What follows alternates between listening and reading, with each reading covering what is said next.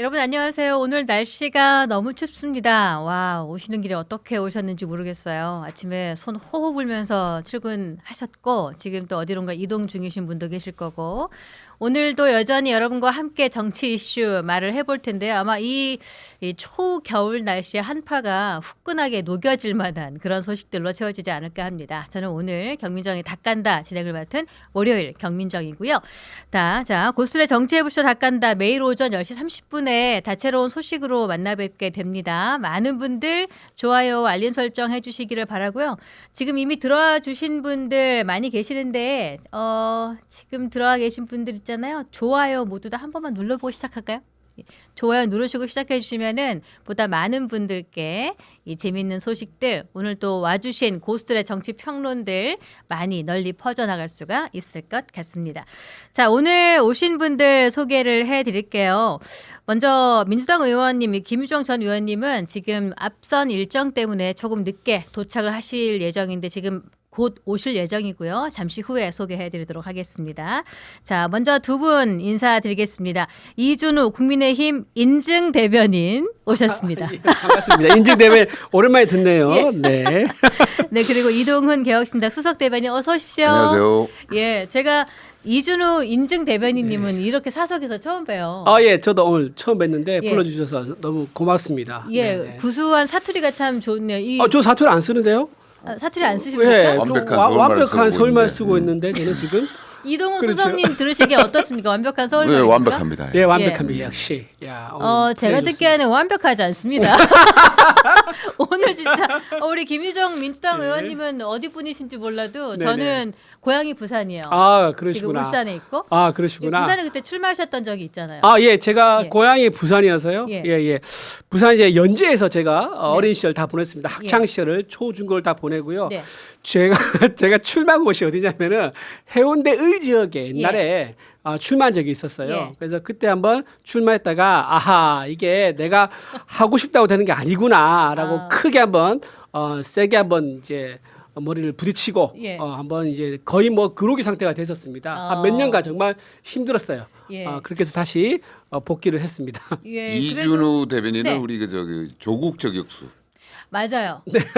맞습니다. 조국 위원장의 딸 조민 씨의 조민 씨, 예. 그 비리를 가장 먼저 파헤쳤던 장학금 의혹을 가장 먼저 그렇죠, 제시했던 맞습니다. 분이시죠. 맞습니다. 예. 예, 그때 그걸로. 제가 고향이 부산이다 보니까 네. 부산에 지인이 좀 있잖아요. 예. 그래서 부산대학교도 지인이 있었고 예. 또 이제 조국의 동생이 예. 있습니다. 그 동생의 지인도 제가 알게 조원 씨 말씀하시는 거예요? 조원인가요? 그 사람이? 예. 예. 이름이 제가 조원의 조원. 그렇죠. 예. 예. 조원. 그 사람도 제가 그 사람의 지인도 네. 그 사람이 무슨 그 동문이 있어요. 그 동문 지인도 잘 알게 되고 예. 그리고 조민이 다녔던 예. 의전원 있지 않습니까? 예. 의전원에 동기도 제가 우연찮게 알게 됐어요. 그러니까 여러 가지 우연찮게 제가 좀 뭔가를 궁금해서 물어보면은 알 수 있는 그런 사람들이 곳곳에 있어가지고 우연찮게 제가 좀 조국 사건을 좀 파헤칠 수 있는 기회가 됐었죠. 예, 그걸로 해서 이준우 네. 그 미디어 대변인님이 오늘 오신다 그러니까 이준우 미디어 대변인 네. 이렇게 인증 대변인 나오신다고 이런 댓글이 막 있더라고요.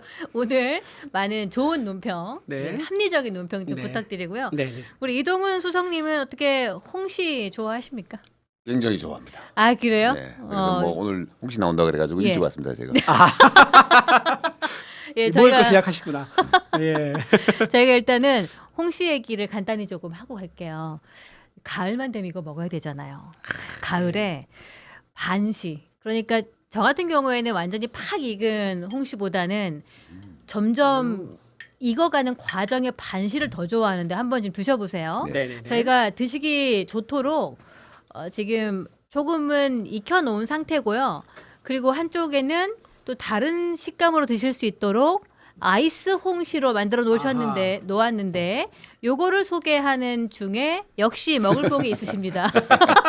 먹을 역시 복이 있으세요. 먹을 복이 있어. 우리 김유정 민주당 의원님 숨 좀 돌리시고 여기 따뜻한 물을 우리 스튜디오에서 피디님이 갖다 주셨거든요.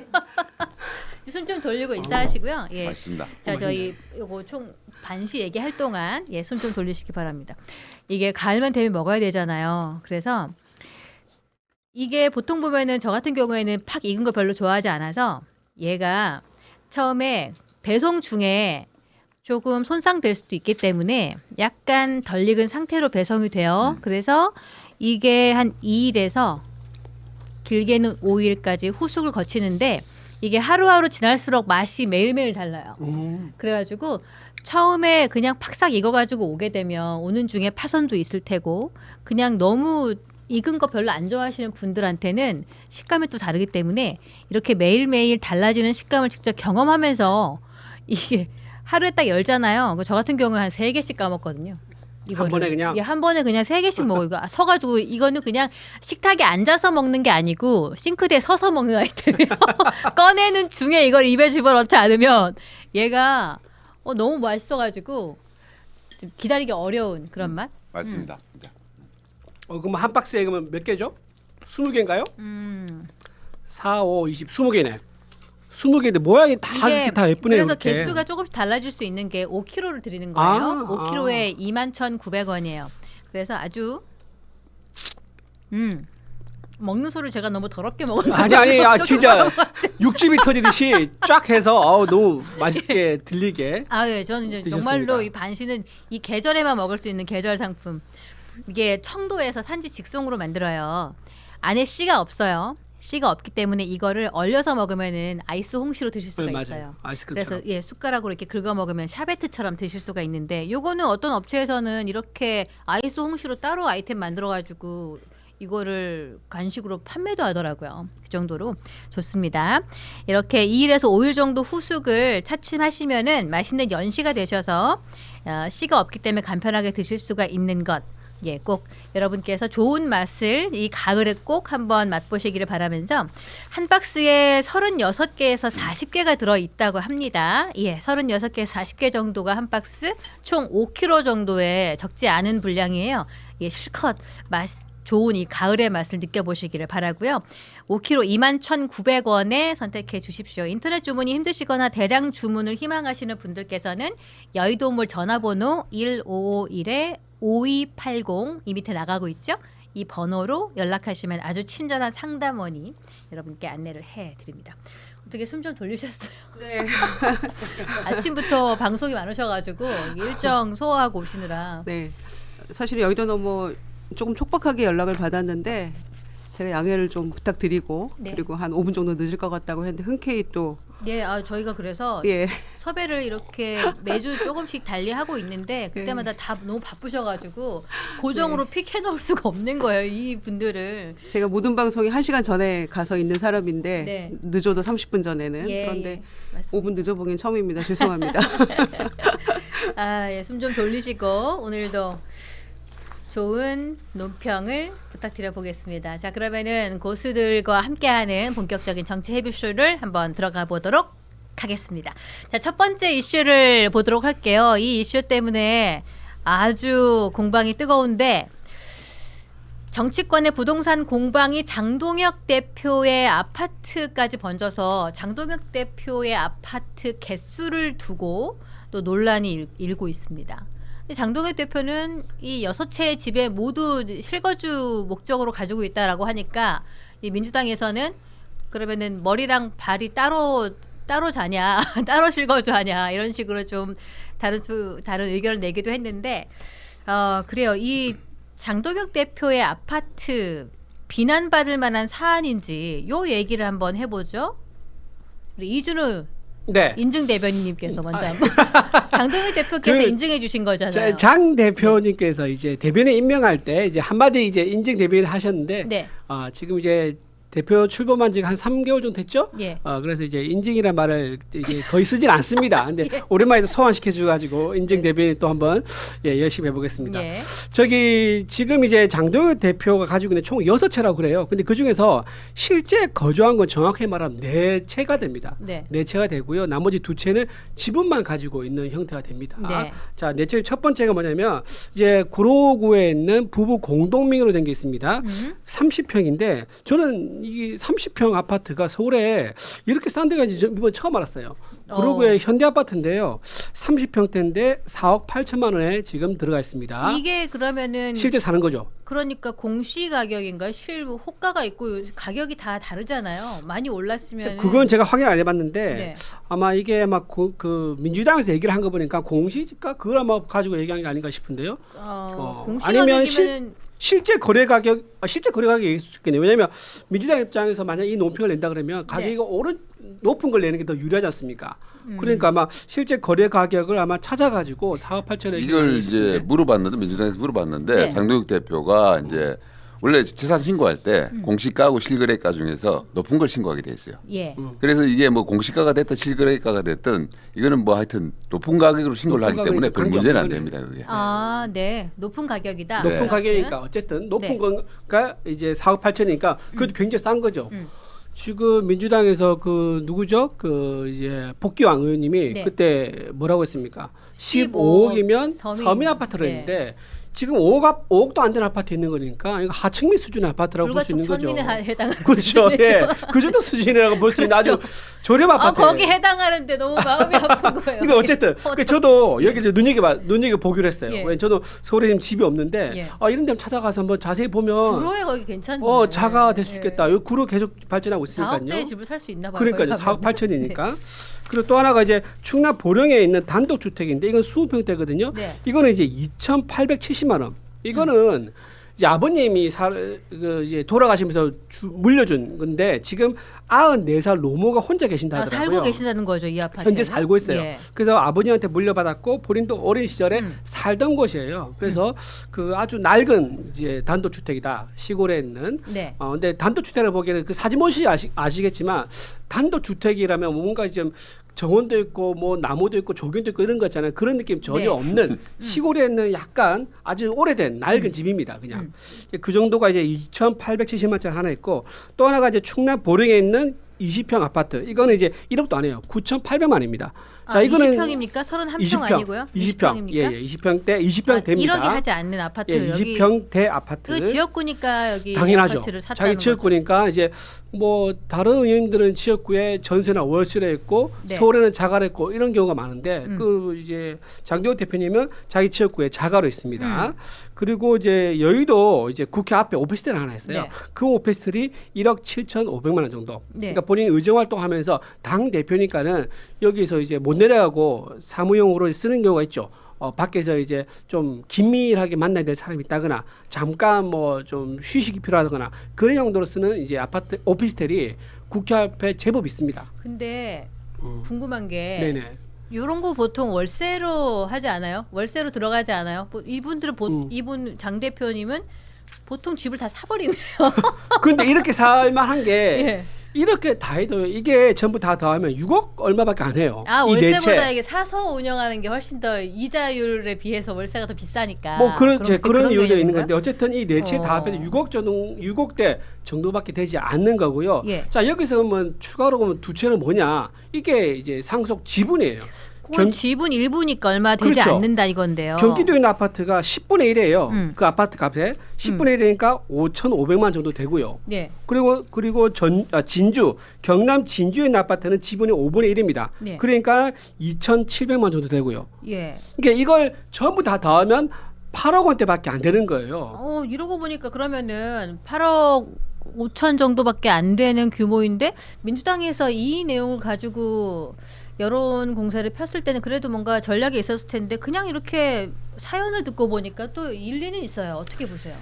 그래서 뭐 한편 일리는 부분도 있지만 말이 안 되는 부분도 있긴 하죠. 이를테면 구로구 아파트는 국회에서 엎어지면 코달 곳인데 이를테면 그 지방의 지역구를 둔 의원들이 서울에 집이 없는 상황에서 국회 앞에 오피스텔을 이를테면 그 주거 목적으로 그러니까 월세를 내고 이렇게 임대하는 경우가 있죠. 네. 그런데 구로는 코앞이잖아요. 그런데 별도로 이 오피스텔을 월세도 아니고 구입을 해가지고 의정활동에 필요해서 샀다라는 것은 조금 상식적으로는 설명이 잘 안 되는 부분이 있습니다. 그런데 장동익 대표에게 이제 6채가 웬 말이냐라고 얘기할 수 있는 부분은 일단 부동산 대책 TF가 꾸려졌는데 네. 국민의힘에 네. 장동혁 대표가 그 TF 위원장을 맡았어요. 그러면서 이제 연일 공격을 해대는 겁니다. 불과 몇 달 전까지는 여당이었잖아요. 부동산 정책에 사실 왕도는 없는 것이고 네. 그래서 일단은 이렇게 급등을 하니 수요를 한시적으로도 억제를 한 다음에 공급체계를 또 그 다음 단계로 나가보자라는 게 이제 이재명 정부의 부동산 대책 아닙니까? 그런 상황인데 막무가내 비판만 쏟아내고 그러면 국민의힘의 대안은 뭐냐라고 물어보면 왜 그걸 우리한테 묻느냐 이제 이렇게만 얘기를 한단 말이죠. 뭐 한편 야당이니까 뭐 그것도 일면 이해는 됩니다. 그런데 그러고 나서 장동혁 대표를 보니까 지금 이런 상황인 거예요. 본인 소유가. 네. 그러니까 설명이 되는 부분도 있지만 안 되는 부분도 분명히 있는 거 아닙니까? 이를테면은 보령인가 그 지역군데 국회의원 되고 나서 집을 구입했다는 건데 거기가 이제 9,800만 원이라는 거 아닙니까? 그러면 노모가 살고 계시는 그 단독주택을 함께 써도 되는 거 아니에요? 노모가 계시는데 미리 상속을 받았다는 거예요. 그래서 본인 소유가 됐다는 거고. 그러니까 종합적으로 봤을 때는 이렇게 해도 전체 8억 6천밖에 안 된다라는 게 지금 주장하는 바인데 실거래가를 보면 구로구 아파트도 지금 작년 12월 말 기준으로 원래 이제 그 전 12월 말 기준으로 공직자 재산 신고를 하게 돼 있잖아요. 네. 그러니까 작년 연말 기준으로 4억 8천이다. 구로 아파트가 지금 이런 얘기예요. 그런데 불과 지난달에 거래한 걸 보면 7억 3천만 원에 거래가 됐어요. 구로 아파트가 해당 아파트가 그래요? 그리고 지금 뭐 보령 아파트 여기저기 뭐 지분 포함해서 8억 5천이다 이렇게 얘기를 하고 있는데 실거래가를 기준으로 봤을 때는 12억 한 6천 정도 된다는 거예요. 민주당에서 그거를 봤을 때. 네. 그러니까 마냥 지금 이 상황이 뭐 돈 얼마 안 되는 건데라고 얘기하면서 야당 대표가 그냥 소위 속된 말로 퉁치고 지나갈 수 있는 것인가. 그리고 거기 다 실거주 목적이다라고 얘기하는 것도 네. 앞뒤가 안 맞는 부분이 있잖아요. 제가 설명드린 것처럼. 예. 그래서 저는 얼마 전까지 여당이었고 본인들도 과거 2020년에 이를테면 문재인 정부에서 1주택 2주택이면 한 채 팔아라 막 이랬잖아요. 공직자들한테. 그런데 그래서 심지어는 이 공천의 기준에도 1주택이 우선이다. 이제 이런 식으로까지 했을 때 두 채 가진 사람에 대해서 국민의힘이 엄청난 비난을 많이 했단 말이에요. 그러니까 과거에 국민의힘에서 비판했던 그 기준에 비추어 보면 장동혁 그 대표의 경우에도 이를테면 크게 할 말은 없는 거예요. 그 비판했던 수위를 생각하면. 그러니까 이 돈의 액수를 따져가지고 뭐 그 똘똘한 한 채니 소위 그런 것도 뭐 얘기할 수 있겠습니다만은 네. 그러면서 논점을 비트는 거죠. 뭐 당대표 그다음에 원내대표 대통령 그럼 집 바꿉시다 뭐 이렇게 얘기하는 건데 그러니까 민주당의 김준혁 의원이 나 지금 6억 8천 전세 사는데 1억 7천 대출 받아서 8억 5천 똑같이 만들 테니 6채 다 놔주시오. 바꿉시다. 지금 이렇게 나오고 있는 거죠. 그러니까 이런 식으로 누가 더 나쁘냐 누가 더 위선자냐라고 얘기 서로 공방하면 정책이 산으로 가는 거죠. 그런 점에서 예. 장동혁 대표도 평균적인 국민의 시각에서 이거 좀 많아 보이잖아요. 그리고 국회 앞에 개수로는 많아 그렇죠. 보이는 건데요. 구로가 집인데 오피스텔이 굳이 왜 필요했는가에 대해서도 명확한 답은 없는 거예요. 너희 오피스텔에서는 주로 제가 그거 뭐 말씀드릴- 어떤 정치 활동을 할 수 있나요? 뭐 대선 캠프 이제 차리셨나요? 잠깐만 정리하고 할게요. 말씀하세요. 그러니까 이제 네네네. 우리 양당이 싸우시는데 이제 잠깐만 정리하면은 예.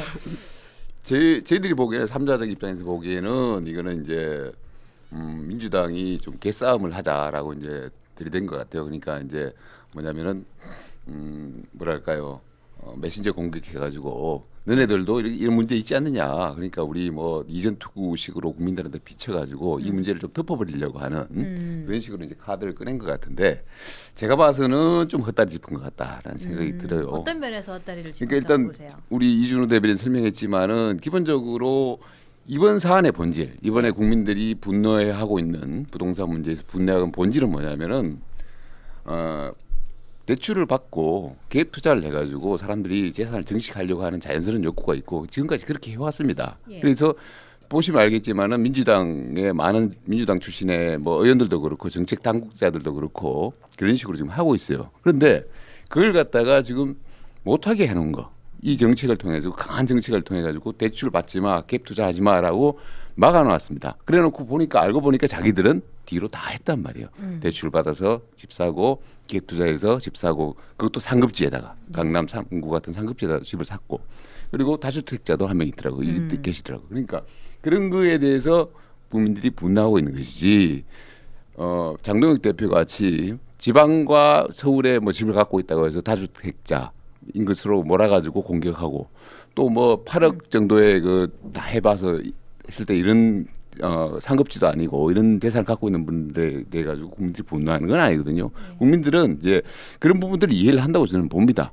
그러니까 그 대출을 받고 갭 투자를 하는 것에 대해서도 자연스러운 욕망이기 때문에 그런 것들에 대해서도 어느 정도 지금까지 이해를 한다고 봅니다. 그런데 그걸 자기들은 하면서 다른 사람들은 못하게 하는 부분, 그분 내로남불에 대해서 국민들이 분노하는 거기 때문에 어떻게 보면 민주당에서 지금 너무 그 포인트를 갖다가 정략적으로 좀 잘못 틀어가지고 덮어보려고 하는 거 아닌가 이런 생각이 듭니다. 이게 그럼 여러 채가 장동혁 대표 문제를 가장 먼저 거론한 게 민주당이잖아요. 민주당이 누가 이런 말을 하신 거예요? 누가 하시죠? 예, 이게 장동혁 여섯 채 누가 8억 논평을 내면서 원대 얘기한 것 같은데? 실거래가인가 뭐 이런 얘기 하는데 그러니까 이게 양 당에서 나오는 논평들을 보면은 부동산을 바라보는 관점 자체가 상당히 다르다. 그래서 민주당 쪽에서는 부동산의 개수를 가지고 평가를 하는데 그 사람의 인격 모독으로까지 이어지는 상황이 가는 거고 그거에 대해서 반하는 입장을 국민의힘은 내고 있는 것인데요. 근데 이런 게 있어요. 뭐 저는 뭐 장동혁 대표가 윤석열 대통령 면담 가가지고 울고 이래서 진짜 뭐 참 비난의 소지가 많은 사람이다. 현재 상황에서 그런 게 안타까운 면도 있기는 한데, 근데 그래도 뭐 1억 원이 안 되는 거라도 해당 지역에 집을 샀잖아요. 네. 자기 지역구에 집을 샀단 말이에요. 근데 이게 여야 불문 자기 지역의 지방 국회의원들이 자기 지역에 집을 사는 경우가 정말 별로 없어요. 다 서울에 집을 다 갖고 있는데 그것도 다 그러니까 그 강남에 부분에서 집중되어 있는 건데. 그 부분에서 우리가 이제 뭐 민주당에서 머리 따로 발 따로 이렇게 얘기를 하는데 사실은 그걸 비판할 자격이 없는 사람이 이제 대통령실도 그렇게 얘기를 했단 말이에요. 네. 근데 이재명 대통령 같은 경우에 지역구가 계양이잖아요. 인천 계양이잖아요. 거기 전세 살고 계세요. 근데 집은 어디 갖고 계시냐면 성남 분당에 갖고 계세요. 분당에 그 양지마을 아주 그 대품화라고 아주 가격 많이 올라간 아파트가 있어요. 그거는 뭐 투기 목적이라기보다 살다 그러니까 보니 또 그렇게 된 거 그 아닙니까? 네. 지역구는 그러면 계양이면은 머리 따로 발 따로 아니시려면 그거 팔고 계양으로 옮기셔야죠. 계양에 사셔야죠. 계양에 근데 전세로 그리고 김병기 원내대표 같은 경우에도 지금 송파에다 잠실에다 그 좋은 아파트 갖고 계시잖아요. 그러면서 지역구에는 전세 살고 계시잖아요. 오히려 장동혁 공작구. 대표 같은 경우에는 지역구 보령에 거기 샀단 말이에요. 이게 그래서 장동혁 그러니까 예. 전수조사 해보자 이런 얘기가 이제 민주당에서 나오는 거예요. 이를테면 이재명 대통령의 경우에 이미 이제 국회의원도 아닐 뿐더러 대통령 가신 분이니까 뭐 굳이 거론할 필요도 없는 것 같고요. 김병기 원내대표는 이제 본인 설명을 했지만 민심에 완전히 와닿지 않는 측면이 분명히 있는 거죠. 또 반면에 지역구에서 출퇴근하는 의원도 있고요. 민주당에는 상당수가 있습니다. 그리고 서울에 집이고 뭐 심지어는 월세 오피스텔 없는 의원들 지역구 의원들도 상당히 많이 있어요. 그러니까 그거를 액면 그대로 이를테면 국민의힘하고 민주당을 비교하면 국민의힘이 훨씬 불리할 겁니다. 제가 보기엔. 이를테면 재산신고 순위도요. 1위에서 10위까지 탑 10 안에 7명이 국민의힘이거든요. 그리고 부동산 가격 급등했을 때 이익을 많이 본 순서로 따져보자면은 국민의힘이 훨씬 많다고 저는 생각을 해요. 그러나 그런 식으로 따지기 시작하면 이거는 이 부동산 대책으로 비롯되는 또 다른 그 논점 비틀기가 되기 때문에 저는 당에서 뭐 이런저런 얘기가 나옵니다마는 이게 이 대책의 본질은 아니라는 거예요. 전수조사해서 만약에 국민의힘이 수용을 한다 치면 이건 국민의힘이 불리하게 되어 있어요. 지금 100%. 저는 그렇게 판단하기 때문에 국민의힘 쪽에 가진 재산들이 일반적으로 재산 형성된 재산이 일단 평균 재산이 이런 것들- 56억인가 그래요. 국민의힘 국민의힘 의원들이 자체가 의원 예. 수가 적어도 평균 재산 적어도 자체가 많을 훨씬 것이다. 많죠. 그래서 예. 진짜 사실은 한번 다 까보자 그러시네 이인선님이. 그러니까요. 그러니까 근데 재산 많이 갖고 있는 게 서로 죄는 아니잖아요. 죄는 재산이 아니죠. 없는 것도 죄가 아닌 죄는 것처럼. 아닌데 네. 지금 우리가 이제 갭 투기와 관련한 이런 얘기들도 하고 있는 것이고 네. 그러면 민주당 그러니까 정권 내 지금 정권의 소위 뭐 국민의힘에서 얘기하고 있는 이 서너 명의 고위 그 정책 결정자들 예. 부동산 대책과 관련해서 거기를 이제 찍어서 뭐 누구는 몇 채다 누구는 뭐 이렇게 얘기를 하고 있는데 이제 그렇게 치면 사실은 차 떼고 포 떼면 정책 결정할 사람 없을 거라고 저는 생각해요. 근데 지금 그런 이제 점에서 국민의힘도 과거에 마찬가지였고 네. 그러면은 지난 3년간 뭐 결국 불법 개헌과 내란으로 이렇게 몰락하고 정권이 교체됐습니다마는 네. 그럼 윤석열 정권에서의 부동산 대책은 뭐였냔 말이에요. 공급이가 뭐가 하나 없이 다 완화시켜가지고 이런 지경에 이르는 거 아닙니까? 오세훈 시장도 사실은 강남 이쪽 토어제 풀었다가 아뜨거 하면서 다시 규제하고 이렇게 가고 있는 거잖아요. 그러니까 왕도가 없다는 말씀이에요.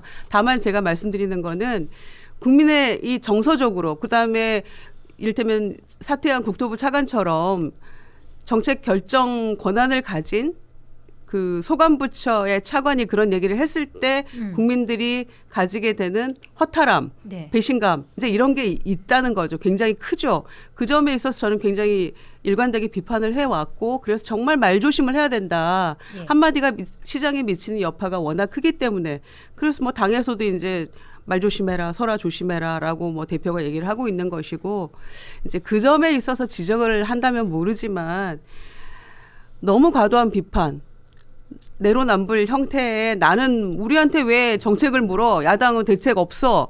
여당 너네가 알아서 해야지. 이런 식으로 해서는 안 된다는 거죠. 이런 얘기가 있어요. 근데 만약에 이상경 네, 차관 근데 잠깐만. 근데 네. 야당이 왜 대책이 없냐라고 말씀하시는데 그러지 않습니다. 저희는 일관되게 대책으로 주장한 게 공급이에요. 공급을 늘려라는 얘기입니다. 아니, 그 얘기는 저희도 하고 있는 얘기잖아요. 아니, 그거는 안 하잖아요. 아니 자, 윤석열 정권에서 문재인 공급을 정부 하나도 때 안 했잖아요. 문재인 정부 때 공급을 안 늘리고 28번 억제 정책을 냈는데요. 그때 역대 노무현 정부 포함해서 지금까지 그 기간 중에 정권 중에서 가장 부동산이 많이 오르는 게 역설적으로 부동산 정책을 가장 많이 낸 문재인 정부 때 가장 많이 올랐었어요. 그래서 정권 넘어갔잖아요. 그래서 윤석열 정부 때 공급 대책을 내었는데 지금 3년 만에 교체됐잖아요. 네. 그러면 부동산이라는 게 땅을 결정을 하고 계획을 세우고 네. 집을 짓고 하는 과정이 최소 5년에서 10년은 걸립니다.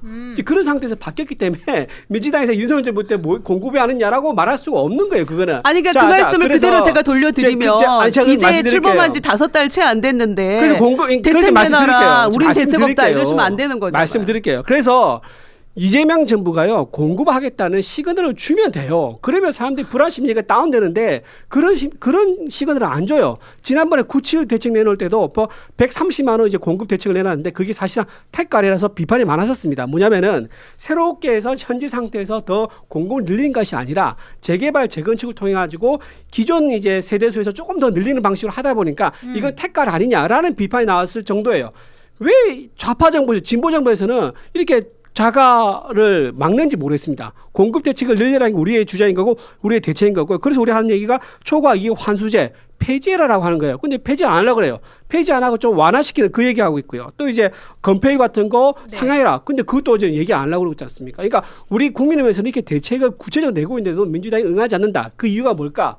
저는요 김수현 정책실장의 그 신화에 전부 다 매몰됐다고 생각합니다. 이게 무슨 말이냐면 문재인 정부 때 김수현 정책실장 한 유명한 말이 있어요. 사람들이 자가를 가지게 되면 보수화된다라고 얘기합니다. 그분이 자기 책에도 썼고요. 공무원들한테도 교육도 하고요. 평소에 말을 많이 하고 다녔습니다. 변창흠 이제 국토부 장관 이분도 네. 그 얘기했어요. 보수 성향이 높으면 그 자가 그 비율이 높으면 보수 성향이 높다라는 말을 본인도 했습니다. 이 무슨 말이냐면 자가는 서울 자가 말씀하시는 그렇죠. 수도권이죠. 네, 수도권 자가. 그 수도권이죠. 자가가 있잖아요. 그럼 네. 사람은 일단 안정감을 느껴요. 그리고 그 안정감을 사람들이 그 지키고 지키고 싶어 싶어 하죠. 한다. 그럼 무슨 의미가 되냐면은 급격한 변화보다는 완만한 변화를 본능적으로 따라갈 수밖에 없는 거예요. 그러니까 그걸 가지고 이 사람 이제 민주당에서는 김수현 정책실장 이런 분들은 보수화된다고 하는 거예요. 그래서 지금 민주당이 하는 그런 정책의 큰 그림 보면은요. 자가를 못 가지게 만들어서 전 국민의 월세 사례를 만들어 가지고 보수화된 것을 막아야 한다.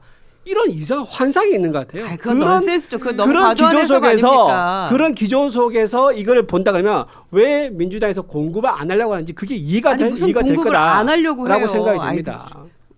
이렇게 이런 식으로 매도하시면 곤란하죠. 공급에 무슨 공급을 안 대한 하려고 그런 합니까? 구체적인 계획을 언제쯤 나올 수 있을까요? 일단은 시장을 눌러넣은 상태니까. 그러니까 2030년까지 135만 원은 너무 먼 얘기고 네. 임기 끝나니까. 그래서 지금 한정희 정책위 의장도 지금 한정희 의장이 TF 이제 위원장을 맡고 있잖아요. 네. 그래서 여러 가지 그 대안들을 공급 대책들을 지금 뭐 다음 달 연말까지 구체적으로 하나하나 내놓겠다라고 얘기를 하고 있고 또 이미 내놓은 것들도 있는 거죠.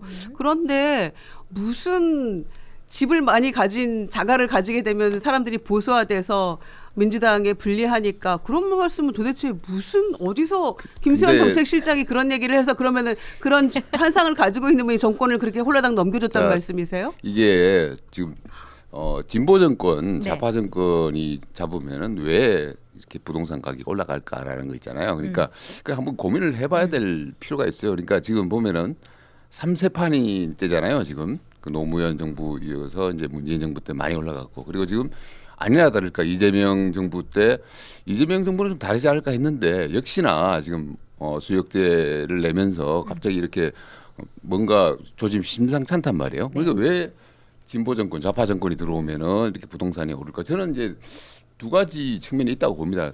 일단은 재정적인 측면에서 너무 좌파 정권에서 재정 문제를 소홀히 하고 마구 좀 풀어버리는 측면이 있어요. 지금도 보면은 국제적으로 좀 통화량이 굉장히 많은 상황에서 이재명 정권에서 구주성한다 그러면서 재정을 이제 풀어버리는 측면이 있단 말이에요. 그 돈이 이게 어디로 가겠습니까? 뭐 주식시장 가고 부동산 간단 말이에요. 그래서 지금 부동산이 뭐 계속 그 안에서 움직이려고 그래요. 그래서 그러다 보니까 지금 사실은 네. 강한 수역 대책을 내놓은 것도 있는 측면도 있는데 또 두 번째 중요한 측면이 뭐냐면은 그 살아가는 사람들의 어떤 기본적으로 좋은 집을 갖고 싶어하는 인간의 욕망이라는 게 있는데 이걸 갖다가 너무 진보 정권, 좌파 정권에서 내리누르려고만 하고 있고 그리고 자연스럽게 어떤 시장 흐름에 맡기기보다는 자꾸 시장과 싸우려고 하는 그런 것들이 부작용을 낳으면서 집값이 계속 좀 폭등하고 있는 거 아닌가 이 두 가지 측면을 좀 봐야 된다고 생각합니다. 이게 아마 지금 현재 강력한 정책으로 시장을 어렵게 한 이유가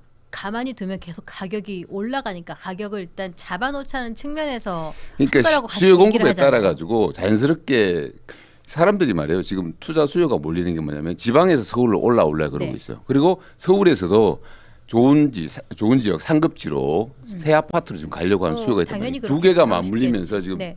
수요가 늘어나는 건데 그런데 뭐냐면은 상급지에 예를 들어 강남에 신축 아파트는 없습니다. 지금 공급이 없어요. 지금 그리고 계속 앞으로도 없습니다. 왜 지난 그 박원순 시장 10년 기간 동안에 재건축을 거의 안 해버렸어요. 예. 재건축 재개발 안 하다 보니까 지금 강남에 그리고 강남은 물론 서울 전역에 새로 신축 아파트 공급이 굉장히 딸립니다. 그러다 네. 보니까 사람들이 그걸 너무나 잘 알기 때문에 신호등 노란불을 들어오니까 마구 달려버린 거예요.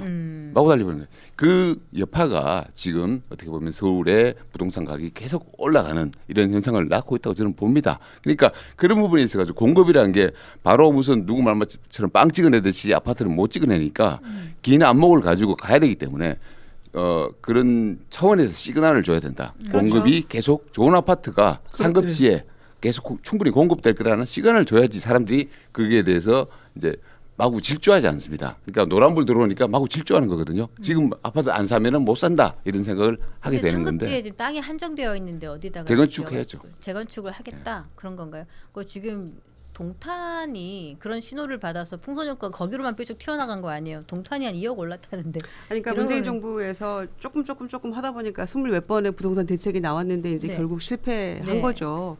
그 뼈 아프게 정권도 넘어간 거 아닙니까? 그런 상황이니까 이제 찔끔찔끔 하다 보니까 그 풍선 효과 때문에 결국에는 실패했다 이런 얘기가 나와서 사실은 이제 우리는 오르지도 않았는데 왜 우리까지 이런 이제 그 비판의 목소리가 있는 거 아닙니까? 서울 전역과 수도권 12개 지역에 그랬더니 벌써 이제 그 옆으로까지 또 풍선 효과가 나타날 조짐이 보이는 거예요. 근데 만약에 문재인 정부처럼 또 몇 지역만 한정해서 했다면 서울 다른 지역은 또 괜찮았을까요? 그런 분명히 한계가 노정된 정책입니다. 이 부동산 대책은 그런 점에서 말씀하신 대로 이제 공급이 관건이긴 한데 서울에 아파트 새로 지을 데가 땅이 어디 있습니까? 그런 점에서 재개발, 재건축 이런 부분에 있어서 어떻게 규제를 풀고 이걸 지을 수 있게 하는가? 그 다음에 이를테면 그 매물로 좀 나오게 해야 되는 그런 그 정책은 뭐 세제 포함해서 그래서 이제 고민의 지점인데 이것도 조세 제왕이 만만치 않고 실제 돈은 없고 아파트 딱 한 채 있는데 이를테면 세금 올린다 그러면 또 이것에 대한 저항도 또 거세질 거란 말이에요. 그러니까 이게 쉽지 않은 것이기 때문에 당장에 급등하는 것을 이 가격 관리라도 하자는 측면에서 이게 어떤 한시적인 대책 같은 것이지 이대로 영원히 어떻게 가겠습니까? 그런 점에서 여야 어떤 정권이 오더라도 이 부분은 왕도가 없다. 이 정책은. 그리고 공급에 대해서 대책이 중요하다는 것은 뭐 누구나 아는 주지의 사실이기 때문에 이것을 곧 내놓겠다라는 거죠. 그런 점에서 서로 뭐 네가 더 나쁘니 뭐 이런 싸움에 매몰돼 있을 때는 아니다라고 생각해요. 국민의힘도 끝없이 야당만 할 건 아니잖아요. 그러니까 무책임한 그런 얘기를 할지 무슨 집을 못 갖게 해야 민주당 정권 정말 그건 너무 신박한 그런 생각인데 네. 도대체 이걸 정말 그렇게 믿고 있다라는 것에 더 놀랐습니다. 저는. 제가 정말 말이 넌센스죠. 그 얘기는 제가 주장한 얘기 아니라 민주당에 있는 정책실장이 했던 얘기입니다. 국토부 장관이 한 얘기고요. 네. 그래서 제가 인용해서 말씀드린다고 말씀드리고 지금 이제 아까 말씀하신 거 제가 이건 얘기를 안 하면은 시청자가 오해할 수 있어서 좀 말씀드리는 게 예, 예. 오피스텔이 국회 앞에 있는데 또 구로에도 아파트가 있고 그러면 구로가 가까운데 왜 국회 앞에 오피스텔이 있느냐 그 그러게요. 얘기를 아까 말씀하셨잖아요. 근데 구로 아파트는 부부 공동명의예요. 그리고 부인이 아파트에 살고 있지 않습니까? 낮에도 집에 있을 거란 말이에요. 그러면 본인이 대표가 긴밀하게 사람을 만나거나 또 뭐 이제 좀 쉬고 싶거나 잠깐 쉬고 싶거나 그럴 때 엄청 가깝습니다. 국회 뭐 아시겠잖아요. 국회의원이시니까 국회에서 오피스텔까지는 거의 1, 2분 거리입니다. 근데 구로 아파트 가는데 40분, 오는데 40분 이러면 쉴 수가 없을 뿐만 아니라 부인이 집에 있는데 손님 데려와서 만나기도 어려워요. 그런 이유가 좀 있다는 걸 말씀도 드리고요. 또 보령에 왜 그러면 자가 있는 모친 있는 거기 시골집 거기에 있으면 되지 왜 또 보령에 또 아파트 있느냐 말씀하시는데 그렇죠. 그렇게 시골집에 있으면 민원인들을 어떻게 만납니까? 민원인들 만날 때 이제 뭐 국회의원 하셨으니까 아시겠지만 자기 집에서 만나기도 하고 사무실에서 만나기도 하고 근처에 카페에서 앞에서 만나기도 합니다. 그런데 이제 가로등도 제대로 안 갖춰진 그런 시골길 그런 그 아주 좁은 길을 지나서 포장도 안 돼 있는 그런 길을 지나서 시골집에서 민원인을 만나고 거기서 당의 활동을 한다? 그건 말이 안 되는 거죠. 그래서 아파트에 와서 따로 이제 살 수밖에 없는 상황이 있다라고 그 두 가지를 말씀드리고 예. 제가 전체적으로 말씀드리면 이거예요. 지금 왜 국민들이 부동산 정책에 분노하냐면 위선 때문에요. 위선. 지금 이상경 국토부 차관 보세요. 이분이 지금 판교에 있는 푸르지오 그랑블 아파트 이게 40억짜리거든요. 네. 그런데 부인이 전세 끼고 33억 아파트를 또 별도로 또 가지고 있습니다. 이거 둘이 단순히 합해도 73억이에요. 근데 전세 빼니까 또 재산이 약간 줄어들긴 하지만 어쨌든 거의 56억, 60억대 재산을 가지고 있는 분인데 네. 그분이 국민들 앞에 나와가지고 유튜브에 사는 소리가 기껏 집값 떨어지면 집 사라. 이런 게 말이야 될 법한 소리입니까? 그리고요 지금 이 부동산 을사오적이라고 좀 부른 사람이 굉장히 많아요. 이재명 정권에 보면 기재부 장관 구윤철 이분도 마찬가지. 이분도 DH 굉장히 좋은 아파트입니다. D는 생략할게요. 거기 45억 아파트 사는데 개포동 주공 아파트 9억 주고 전세 끼고 샀습니다. 그리고 2억 원 금융위원장 이분도 DH 블랑블랑블랑 무슨 아파트예요. 거기도 살면서 네. 또 개포동 주공 아파트 8억 5천에 샀어요. 전세 끼고 샀습니다. 이분도. 그리고 김영부 정책실장은요. 본인 딱지를 4억에 샀어요. 근데 그게 지금 재개발돼가지고 얼마인지 아세요? 옛날에 이제 한 10몇 년 샀는데 그게 지금 4억에 산 게 지금 30억이 넘습니다. 지금 그래서 여러 가지 그 민주당의 그렇죠. 이게 위선이라는 거예요. 본인들은 온갖 방법, 평범한 국민들이 자가를 가지는 그 방법을 거쳐가지고 집을 마련해놓고 나서 국민들도 그렇게 하겠다니까 야 너네는 그러지 마라고 하니까 국민들이 화가 나는 거예요. 더군다나 이찬직 금융감독원장은요 2주택 이상가예요. 총 4개나 부동산 가지고 있는 사람입니다. 이 부분에 대해서는 혹시 지금 계속 한숨을 많이 내쉬고 계셔가지고 하실 말씀이 네, 많아 네. 보이셔가지고 아니 그거는 뭐 공의 비판할 수 있다고 생각해요. 네. 그러니까 이상경 차관 물러나지 않았습니까? 다 같이 물러나야 돼요. 그러니까 부관 참시하지 마시고요. 좀 아니 이상희 차관 말고 정도권 같이 하셔야지. 물러나야죠. 그리고 을사오적이라는 표현은 너무 네. 과도한 거 아닙니까? 왜냐하면은 최혁진 의원이 뭐 조요토미 히데요시 뭐 그 사진 들고 나와서 그렇게 했을 때 비판 많이 했죠. 저도 비판했고요. 그런데 어떻게 을사오적의 이 부동산 정책의 그 고위공직자들을 그렇게까지 비교하는 건 저는 너무 과도한 거라고 생각합니다. 그거는 국민의힘에서도 조금 절제된 표현이 필요하다고 생각하고 어느 의원이 막 이거 뭐 만들어가지고 돌리고 했던데 그건 그대로 부메랑대에 갈 수 있다 이런 말씀도 드리고요.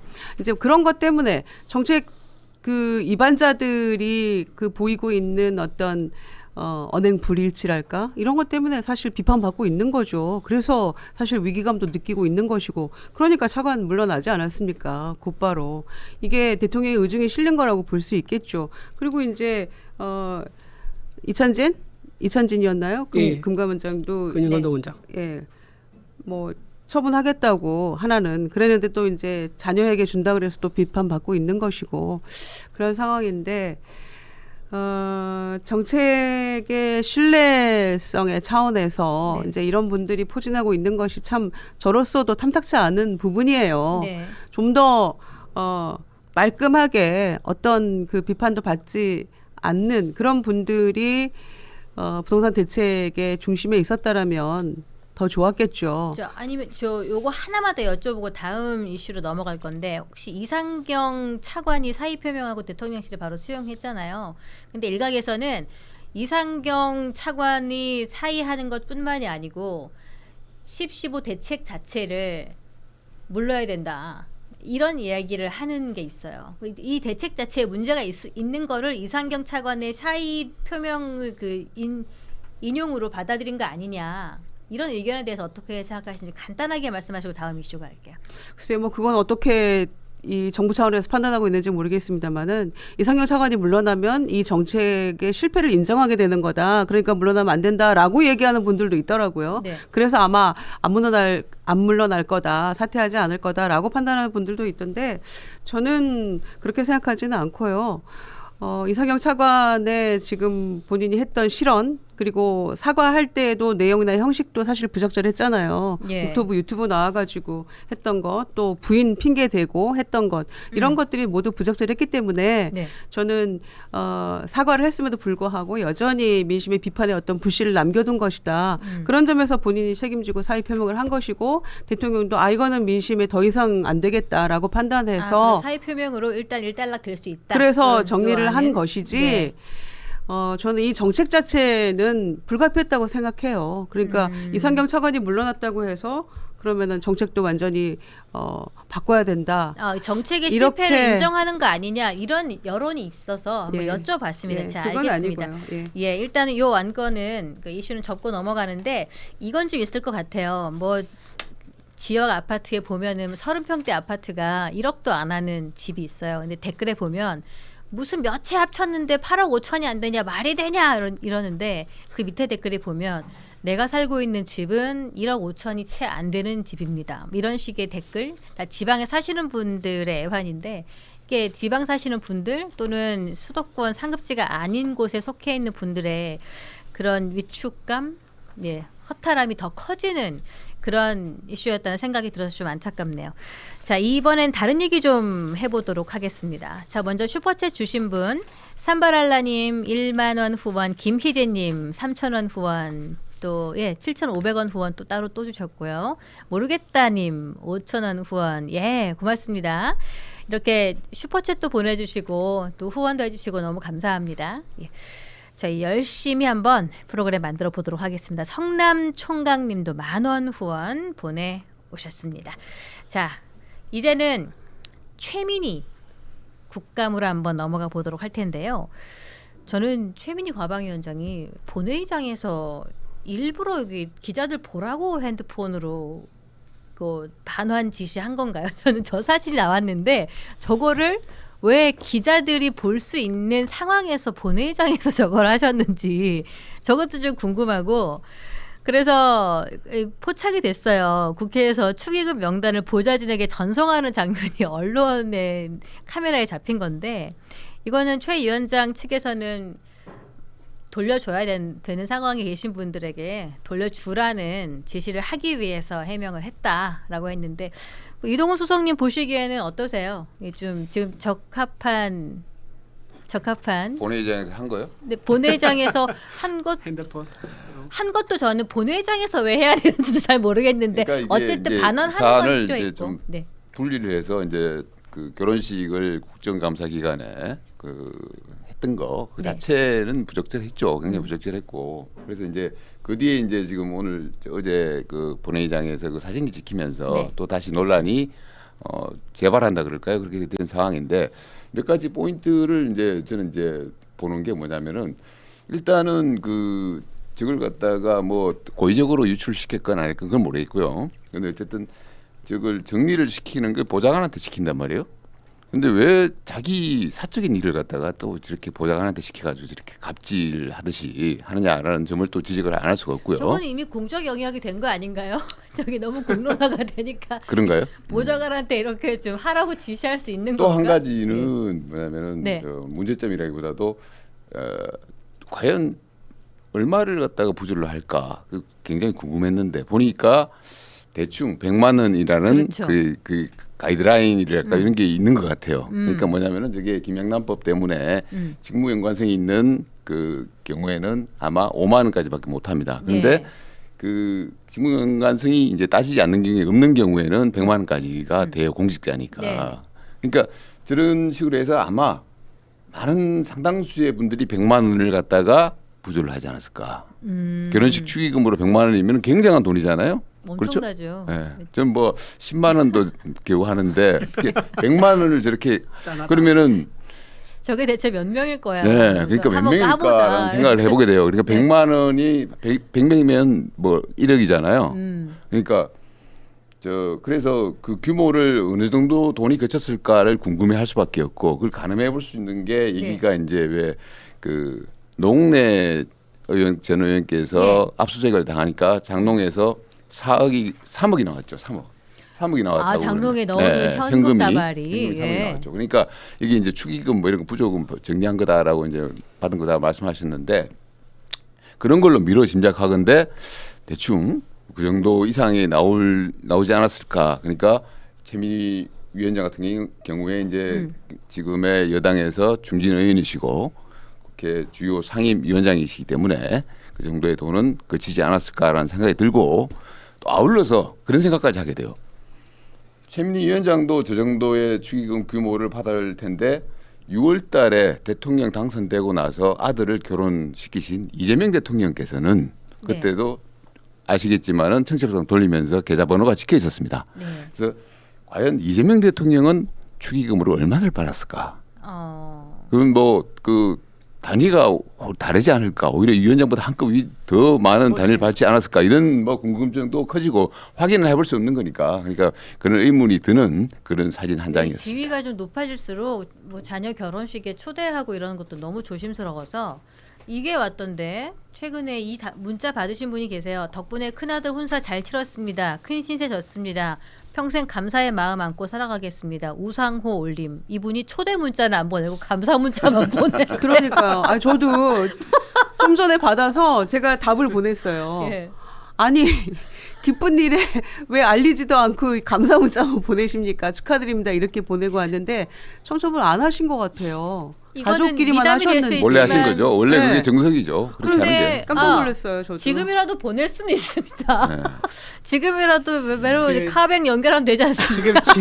지금이라도 좀 보내면 좋겠다 이런 신호가 아닐까요? 이 계좌를 그냥 네. 카뱅 연결만 해놓으면 그- 누구라도 그렇죠. 보낼 수 있어요. 카뱅으로 다 되죠. 왜 내가 계좌를 카카오로. 여기다 찍어야 돼? 왜 카드 결제를 그 넣어야 이거의 돼? 정석, 그러니까 고위층에 계신 분들의 자녀 혼사의 정석은요. 네. 김문수 전 경기도지사입니다. 그분은 경기도지사이던 시절에 네. 자녀 혼사를 치렀는데요. 예. 그때 정말 결혼 전에도 아무한테도 안 알렸고 결혼식 하고 나서도 아무한테도 안 알렸어요. 그러니까 전과 후가 아무한테도 알리지 않고 그냥 가족들끼리만 했어요. 그때 정몽주 전 의원이죠. 그분이 그때 혼자 참석했는데 그 이제 사돈 되는 사람 그 사람의 뭐 어떤 굉장히 가까운 사이가 되는가 봐요. 정몽주 전 의원이. 그래서 정몽주 의원이 혼자 참석하게 된 거고 예. 나머지는 아예 참석도 하지 않고 가족끼리 조촐하게 치렀다 그러더라고요. 그런 모습이 좀 덕목으로 우리가 좀 미담으로 좀 모범으로 삼고 봐야 되지 않겠는가 생각이 좀 들고요. 최민희 의원이 좀 모순되는 얘기를 한 게 있어요. 이게 어떤 무슨 건가요? 말이냐면 네. 본인은 내가 일이 바빠가지고 결혼식을 자녀가 혼자 다 했다라고 얘기를 했지 않습니까? 근데 예식장 맞아요. 잡는 것 자체가 네. 그 최민희 의원의 아이디어 비번이 없으면 못 해요. 이게 무슨 그것도 비서진이 좀 도와줬. 그렇죠. 거 당연히 아닌가 직원이 이런 한 얘기를 거죠. 하는 그러니까 거죠. 무슨 말이냐면 날짜하고 예약하는 거 이거를 최민희 의원 당사자가 모를 수가 없다는 얘기입니다. 그 모순 하나 있는 거고요. 두 번째 뭐냐면은 본인이 이제 결혼을 이제 하게 되면은 그 이제 자녀한테 다 떠넘겨서 모른다고 얘기했지 않습니까? 네. 근데도 불구하고 이제 축의금 들어온 거는 전부 다 본인께 돼요. 이게 무슨 말이냐면 법원에 판례가 있어요. 결혼식 하고 난 들어온 축의금 있지 않습니까? 네. 이게 누구 몫인 줄 아세요? 그게 법에 판례가 있습니다. 그게 결혼 당사자의 몫일까요? 아니면 혼주의 몫일까요? 결혼 축의금을 예, 축의금 들어오게 되면은. 그 혼주 앞으로 들어온 건 혼주의 몫이고. 근데 대체적으로는요. 당사자, 예. 대체적으로 혼주의 몫으로 봐요. 왜냐하면 결혼 준비를 할 때 혼주의 비용이 많이 들어갔다라고 자녀 결혼 법원은 보는 거예요. 예. 그리고 이제 자녀가 이제 지인이 있을 수 있지 않습니까? 네. 명확하게 자녀 지인의 들어온 봉투만 자녀 거다라고 한 게 1999년 행정법원이 있습니다. 이게 옛날에 왜 생기냐면 자녀가 네. 소송을 건 거예요. 내 축의금 달라고. 네. 내 결혼식이니까 축의금 내 거 아니냐라고 예. 하면서 그게 실제 재판에 올라가서 나온 판례가 있는 거예요. 이게 우리나라 최초의 이제 축의금에 대한 이제 법적 지위가 확정된 건데 네. 자 그렇다 그러면요. 지금 본인은 자녀 결혼식에 아무것도 안 했다고 주장하고 있지 않습니까? 예. 근데 그 결혼식 축의금은 대다수가 자기 거예요. 최민희 의원 거란 말이에요. 네. 그러니까 최민희 의원이 말이 안 되는 거죠. 일단 최민희 의원이 비서진에게 시킨 건 아니라는 해명을 내놓기는 했다는 기사가 지금 확인이 되고 있고요. 자 어쨌든 그리고 네. 또 하나 더 말씀드리면 지금 이 단위 자체가 국민들 굉장히 분노했을 것 같습니다. 이 단위 자체가 그냥 100만 원 예사예요. 네. 대기업 관계자 4명이 100만 원, 지상파 관계자 3명이 100만 원. 자 이것도 3명이 또 보냈습니다. 모기업 대표가 또 100만 원, 모 정당 대표가 50만 원이고요. 종합 편성 채널 관계자가 2명이 각 30만 원 했어요. 근데 최민희 의원이 좀 종편을 안 좋아하는 게 뭐 이런 게 있는가 싶기도 한 생각이 들기도 한데 어쨌든 이 100만 원 단위가 예사로 금액 따로 판단이 되시네. 그 예사로 그냥 국회의원 예. 결혼식 축의금 들어간다는 게 예. 많은 국민들한테 너무 위화감과 박탈감을 준다. 예. 그래서 저는 이렇게 돈을 보내는 게 문제가 아니라 자기는 환급했다고 주장하고 있는데 네. 저렇게 몇 명만 딱 샘플로 카메라에 의도적으로 노출시켜서 보여줬다. 그게 중요한 게 아니라 총 얼마가 들어왔는데 총 얼마를 돌려보냈다. 이거를 공개해야 된다는 얘기예요. 그래서 국민들이 그걸 믿고 이해를 하는 거지. 네. 저렇게 몇 명만 딱 꼽아가지고 그래요. 몇백만 이거 다 해봤자 900만 정도밖에 안 되더라고요. 900만 돌렸다? 우리가 보기에 지금 수억 대가 들어왔을 걸로 추정이 되는데 900만만 돌렸다면 말이 됩니까? 그 이동수 씨 보시기에는 이거를 어떻게 좀 보여지는 상황에서 일부러 한 게 요분들 이렇게 처리를 한다는 거를 조금 나타내 보이려고 한 거라고 볼 수 있을까요? 뭐 그렇게 의심은 되죠. 그래서 이제 충분히 이제 내가 이런 식으로 하는데 처리를 하고 있다라는 그러니까 나타나요. 최민희 위원장 같은 경우에 국회에서 오랜 경험이 있기 때문에 뒤에서 지킨다는 거는 뭐 다 알고 있고 그리고 요즘은 의원들은 다 필름 듣거든요. 필름을 덮어가지고 핸드폰 안 찍히도록 하는 필름을 덮어서 사용하는데 저렇게 찍히도록 했다는 거는 그런 의도성이 있는. 보안 필름이 근데 뒤에서는 보이지 않아요? 저도 보안 필름 쓰는데 옆에서 안 보이거든요. 저렇게 아니요, 안 근데 찍히고요. 각도 네. 딱 맞아야 돼요. 네. 저 정도 그래요? 각도 힘들어요. 비슷하게 들어가잖아요. 저는 안 보입니다. 네, 그 저는. 보안 필름이 아니라는 아니죠. 말씀이시죠? 정면에서 아직도- 봐야지만 보여요. 아직도 보호 필름을 안 붙이는 의원들이 있다는 게 저는 놀랍습니다. 좀 그렇긴 해요.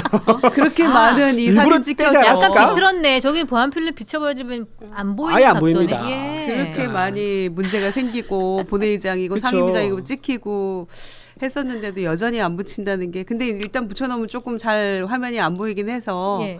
불편해하는 분들도 있긴 하더라고요. 이제 맞아요. 그렇다 하더라도 근데 저는 이제 최민희 위원장 보면서 그런 생각이 들어요. 그러니까 지금 이 결혼식 축의금뿐만이 아니고 결혼식도 부적절했지만은 그 과방위를 진행하면서 해왔던 발언들 뭐 그 해명하느라고 양자역학 얘기하느라고 얼마나 사람들이 어이없어했습니까? 그리고 그 MBC를 가지고 친국민의힘 편파 방송이라고 얘기를 하는 바람에 그 사람들이 얼마나 웃었습니까? 그게 어떻게 MBC를 친편파 그 국민의힘 편파 방송이라고 생각하시는? 그래서 저분이 과연 좀 정상적으로 사고를 하고 계신 분인가라는 그런 의심을 할 수밖에 없고 이런 분이 국회에서 아주 중요한 중책, 과학기술과 정보통신 방송을 다루는 저는 상임위원장을 맡고 계신가라는 그런 생각을 안 할 수가 없었어요. 네. 그러니까 지금 계속 그 연장선에서 지금 사진이 찍히면서 축의금 논란까지 이제 연장이 벌어지고 있는데 과연 저 이재명 정권에서 저렇게 튀는 분들이 저렇게 이상하게 튀는 분들이 저렇게 많아가지고 과연 정권이 제대로 굴러가겠냐라는 걱정을 안 할 수가 없겠습니다. 예, 그래도 지금 나오신 입장에서는 또 최민희 위원장이 본인 여론의 질타를 받고 있는 상황에서 그래도 표현하고 싶은 것이 있었을 거 아닙니까? 어떻게 좀 보세요? 그래서 이제 저도 사실은 뭐 이 결혼식에 이 청첩을 못 받아서 문자하고 뭐 전혀 몰랐어요. 최민희 여기는 위원장. 왜 보내드리지 않은 거죠? 아니 일단 제가 최민희 아니, 번호가 없더라고요. 청첩 자체가 그 대국민적으로 갔기 때문에 그건 네. 모를 리가 없어요. 아는데. 그게. 네, 천만 그래서 명이 뭐 처음에 청첩장 다 날짜 봤는데? 몰랐어요. 국감 중이라는 것만 이제 보도를 통해서 아직 날짜는 몰랐던 예. 바가 있고요. 저 개인적으로는. 근데 이제 일단 뭐 피감기관 이런데 청첩한 거 아니다. 그 말씀을 답은 방금 해주셨고요. 네. 다 본인도 이제 유튜브를 통해서 알았다라고까지 얘기를 하셨기 때문에 네. 이제 보통의 엄마와 딸 이제 뭐 그 독립해서 오래 살았고 뭐 이런저런 얘기들을 다 이제 상임위 그 장에서 얘기를 했잖아요. 최민희 위원장이.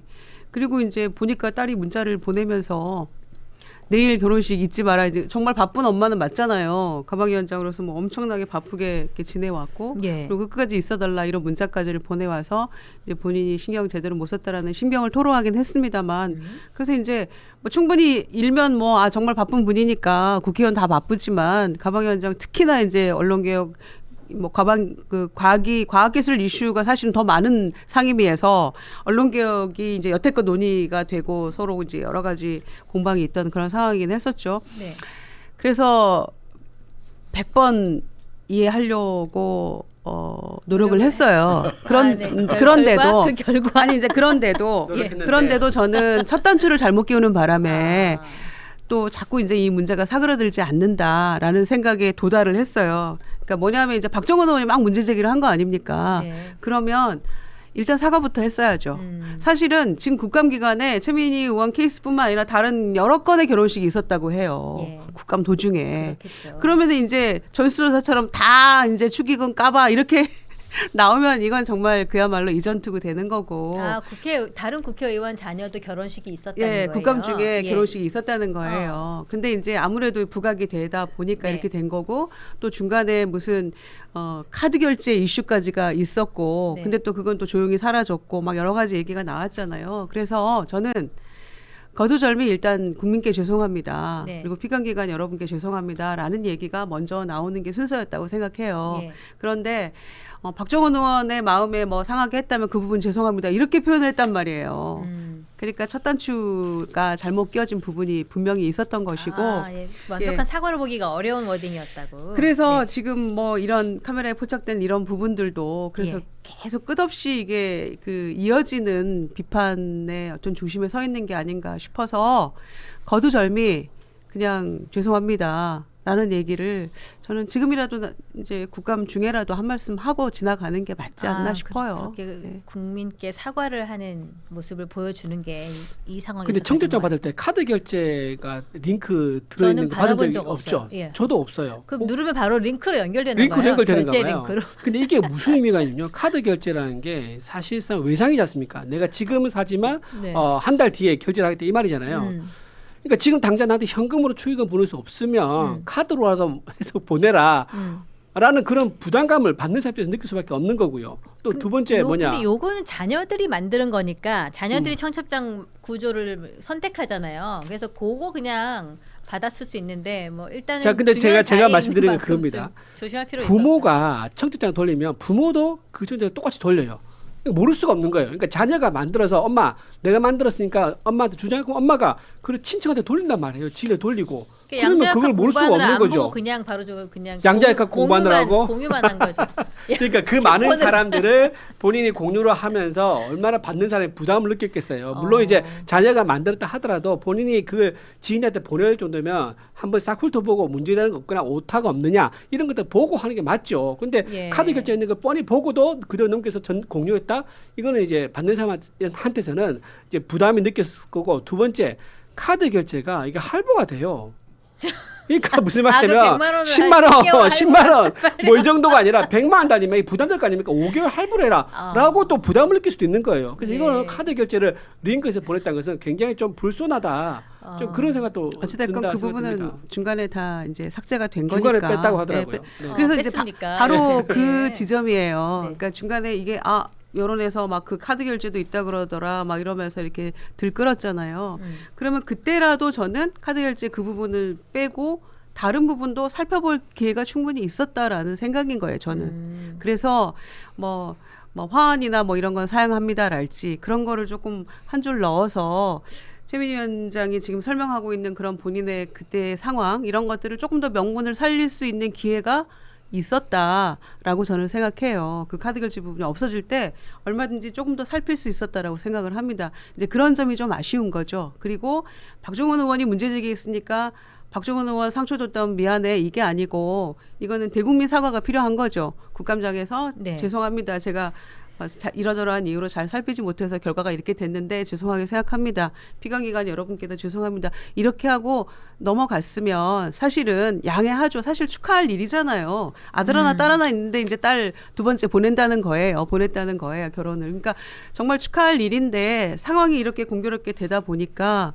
이제 계속 이 비판이 끊이지 않는 것 같은데 첫 단추를 지금이라도 저는 단추를 풀고 다시 제대로 껴라 예. 그런 그러니까 말씀이에요. 이게 정무적인 고려라는 건 전혀 없이 이게 국민들 정말 무시하는 식의 일치를 해버린 거예요. 그러니까 뭐 우리는 뭐 몰라 나는 뭐 양자역학 이런 얘기하면서 그러니까 아까 제가 하고 싶었던 얘기가 그것도 있는데 그 복귀양 의원이 15억 가지고 이제 서민 아파트 이해하는 서민 아파트 이렇게 얘기를 하잖아요. 이제 근데 서민 아파트의 기준이 15억이 된 그러니까 거라는 거죠. 그거는 서울 중위 아파트 가격이 15억이다. 그래서 우리는 그 이하로는 대출 제한이나 이런 걸 안 건드렸다 이런 식으로 표현을 했어야 되는데 예. 그걸 서민 아파트 이런 식으로 표현을 해가지고 지금 문제가 된 거거든요. 예. 서울 중위 가격이 이제 15억이기 때문에 근데 또 금세 사과했잖아요. 복귀한 그러니까 거는 내가 이게 표현 잘못했다. 그러니까 정무적으로 무슨 말을 하면 안 돼요, 국민들의 그야말로 이거는 국민들이 아주 민감하게 생각하는 거거든요. 주택이라든가 자녀 결혼시키는 뭐 축의금 같은 경우, 특히 교육 같은 거 이런 것들. 그런데 이런 부분에 있어 가지고 너무 여당의 정치인 의원들께서 너무 오만하게 지금 국민들을 바라보고서 그렇게 말씀을 함부로 하고 계신 거 아닌가 이런 생각이 듭니다. 근데 굉장히- 복귀한 의원님께서 말씀하실 때 뭐냐면 서울 평균 아파트 가격이라고 하면서 15억이라고 해요. 근데 그게 자체가 일단 팩트가 아니에요. KB 부동산에서 발표한 자료에 따르면 네. 그 전체 평균의 아파트 평균 가격은 5억 4천만 원입니다. 무려 3배나 뻥튀기라는 거예요.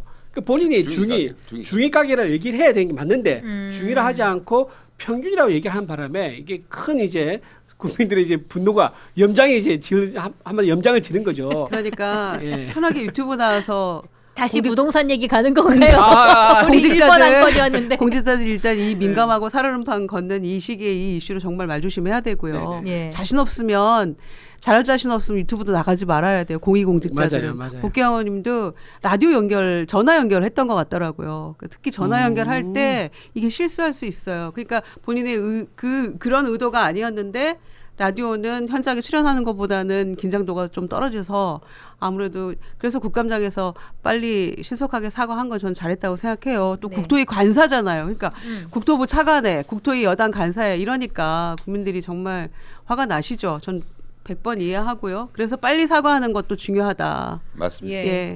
그러면은 정치인들은 뭐 집을 사고 파는 것도 이렇게 조심스럽고 뭐 말 한마디 하기 어렵고 자녀 결혼시키는 것도 어렵고 자녀 결혼 지금 자녀들의 연령이 어떻게 되시는지 모르겠지만 나중에 결혼시킬 때 그냥 비밀 가족 결혼해야 되나요?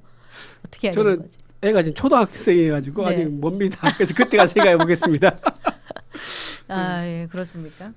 너무 저희야 뭐 조심스러워요. 현역 의원도 아니니까요. 네. 네. 그냥 결혼, 자녀는 아직 혼사가 치러질 자녀가 곧 있으니까 당당하게 사랑제에서 하는 걸로 카드 결제 링크 결제하도록 하겠습니다. 보내주시면. 현재 될 때까지 자녀분 좀 기다리라고 하시는 걸로. 예.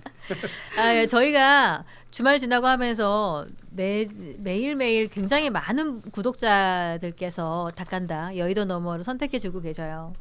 오늘 월요일 방송하면서 동접자가 1,000명 넘은 게 오늘이 거의 처음인 것 같거든요. 예, 박수 한번 주시겠습니까? 여러분? 감사합니다. 예, 고맙습니다. 이준우 대변인 효과 같아요. 예, 오늘 왜 이준우 그러세요? 대변인님 아닙니다. 인증 받으신 대변인이 나오신 덕분에 더 힘을 받은 것 같고 그 민증 그 김종혁 결국엔 나오니까 아니 그분한테 그분하고 비밀이- 저하고 엮어서 얘기하지 마세요. 아, 별로 비교하기 싫다는 그런 말씀이시죠? 아니 그런 말 아니에요. 그분한테 또 제가 누가 될 수 있으니까. 예. 네, 그 진짜 선량한 의미로 얘기하는 겁니다. 누가 될 수 있어서 제가 양보합니다. 예. 일단은 우리 고수분들의 정치 논평이 좋은 부분 하나 제일 좋고, 그리고 계속 저희 많은 분들이 구독해 주셔서 그 힘을 받아서 저희가 굉장히 탄력적으로 여의도 너머 TV가 성장하고 있는 느낌 들고요. 지금 1000분 가까이 계시는데 좋아요 한 번씩 다들 좀 눌러주십시오. 오늘 여의도 너머 TV 닭간다 방송 함께 하신 분들 너무 감사하고요. 그리고 지금 앞에 후숙해서 먹는 씨 없는 반시, 요거 지금 오늘 여러분께 소개해드리고 있고요. 한 36개 이상, 한 40, 씨 없는 반시 5kg니까 한 40개 정도가 댁으로 가게 됩니다. 그래서 처음부터 푹 익혀서 가게 되면 얘가 가는 길에 손상이 될 수가 있고, 그리고 후숙 과정에서 또 색다른 맛들이 펼쳐지기 때문에 그 맛을 매일매일 다르게 경험하시라고 저희가 약간 덜 익은 상태로 보내드려요. 요거를 한 2일에서 길게는 5일까지 숙성하셔가지고 계속 드시면 되는데 너무 맛이 좋은 거예요. 얼려서 먹기에도 좋고. 자, 5kg 21,900원입니다. 여러분 많이 함께 선택해 주시기를 부탁드리겠습니다. 오늘 어떠셨는지 모르겠습니다. 날씨가 추운데요. 정치권은 후끈 달아올라 있습니다. 저희가 늘 매일매일 따뜻한 소식으로 여러분의 핫팩 같은 그런 방송 만들어서 만나 뵙도록 하겠습니다. 함께해 주신 세 분 감사합니다. 네, 고맙습니다. 고맙습니다.